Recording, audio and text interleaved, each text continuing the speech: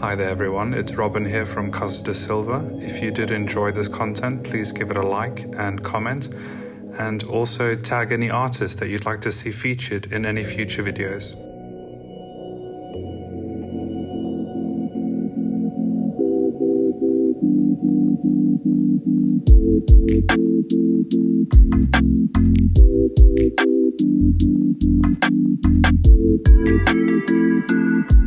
I'm Ava FERRERA, and this is Ask the Artist with Casa de Silva.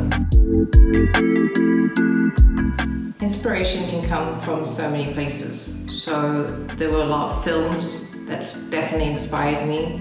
You have Melancholia, Nocturnal Animals, Night of the Iguana, so many movies, especially from Silver and Golden Age of cinema. They had a very specific aesthetic, so a lot of dark undertones, but very saturated colors as well, especially during the Technicolor era. And I would also say music, really. So there were Madonna songs. Lana Del Rey was playing a lot as well while I was busy painting. So yeah, the inspiration just mostly came from what I was being exposed to. So my love of cinema and music, mostly.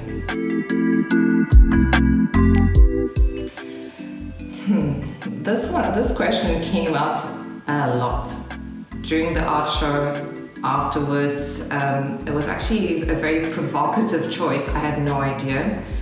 I thought, nudity, it's quite typical. A lot of artists actually paint nudes or sketch nudes. It's not exactly an unknown form, it's actually quite normal. But in a way, I did a lot of the nudes, and mostly women specifically, because a lot of the paintings actually ended up to be in a very unexpected way, kind of a self-portrait, although my actual face is not in the painting, but what I was feeling at the time definitely was. I was going through a very hard time while I was painting it, and I just felt so melancholic. And that's why Melancholia is definitely what pushed this collection. Why nudes, though, specifically? I'm an advocate for women's rights. I just am. I'm a feminist. I'm not ashamed to say so. And I believe in freedom of expression, freedom of speech, and in a way, nudes are a way of conveying what we feel, especially as women in society. We can either be extremely vulnerable, literally feeling naked in a situation, or we use our bodies as a way to empower us. And I think that's what I liked about it, specifically the ambiguity. So we're both vulnerable and powerful in our own skin. And that's pretty much why. So at the art show, I actually was privileged enough to have a lot of fellow painters and artists come to the show. And as one woman specifically asked me, the actual names and numbers of the colors I used.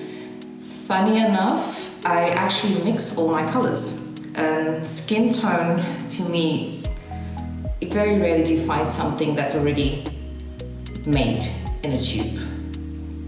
To get the right nuances and different undertones and also ethnicities, because obviously one color cannot do all different skin tones. I mean, it doesn't matter what race you are, there are so many different layers and nuances in each society, and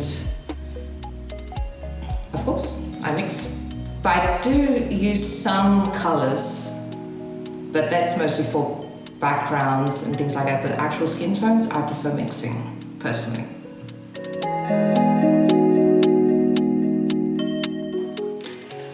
Well, I have experimented with oils, watercolors, sketching, name it, I've probably tried it. But there's something about acrylic that I just love, especially if you're doing anything in the styling of pop art. There's something really crisp about it, and you can play with so many colors and the vibrancy that comes from it. That's why I love specifically about acrylics. Plus, I just like the fast pace of it as well. It's more about the finish specifically, but as a medium, I do love acrylics to work with. They're actually a lot of fun. And yeah, I just like the end results. Interesting enough, I actually do both. As a newer artist, relatively unknown at the time because it was my very first time, I actually bought my canvases because I didn't know. And then halfway through, I discovered, oh, I can actually make my canvases. And I thought, okay, I'm going to experiment with that. Let's just say my hands were aching so much from stretching those canvases, but the end result is totally worth it. If I can give advice to anyone, avoid store-bought, because not only is the finish completely different, store-bought is a lot more fragile. And when you want to eventually transport it and you need to roll your canvases, fabric is the best way to go. So just use linen. That's pretty much what I use. So yeah, I'm definitely a fan of making your own canvases. My themes come up in the strangest ways. Sometimes I'm doing something as basic as washing dishes or blow drying my hair, and an idea just comes out of nowhere. Or sometimes I'm listening to a specific song that just has the right mood, and then it just sparks an idea. And more often than not, also talking to fellow artists and creative types, you bounce ideas off each other, and yeah, you get interesting ideas coming from that too.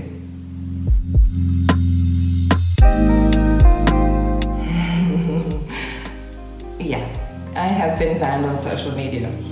The ones that are most problematic for me, especially if you're painting nudes or anything that's considered provocative, although I think my work is not that intense, at least not yet, because I've been holding back because of social media. I didn't want to get immediately banned. I wanted to have some kind of platform which I can, show my work. TikTok, I have issues with TikTok. They are sending me messages all the time that I'm violating community guidelines. YouTube is also another one. YouTube, often have problems with them. Thankfully, though, Twitter and Instagram, I've been having some success keeping my artwork on there. But sometimes I feel like it's just a question of time before they actually find me and start, blocking or banning my work or my actual accounts as well. But you know what? I don't mind being a bit of a rebel. That's my role as an artist. I need to be a little bit, provocative and just push boundaries and just do me, do what I do what I love. And yeah, and I don't mind getting banned, but it is a little bit frustrating, but I work around it.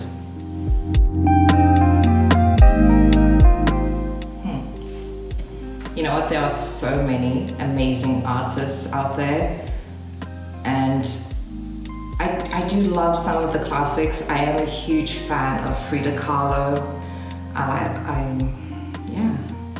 I think Frida is definitely my number one, but Andy Warhol, of course, an influence on my work. Picasso, Matisse, Hopper, you name it. There are really too many to name, and I do find them inspiring, but sometimes, especially when I'm in a painting phase, I try to avoid looking at other artists' work, because in a way you'll always get somewhat influenced in what you're looking at. And I don't want to, get distracted or lose myself. I'm still, as a younger and newer artist, I'm still trying to find my voice. And I think I'm slowly getting there. And of course, always look to the greats, why not? I'm working on a fun collection this actually came through a session of just drinking and smoking and having a really great time with some friends, and this topic came up about how social media affects us, especially as artists. So I decided to do a theme in my own way, in my own interpretation. It's called Digital Distortion. So there will be some social commentaries on social media mixed in with, obviously, artwork in my own way.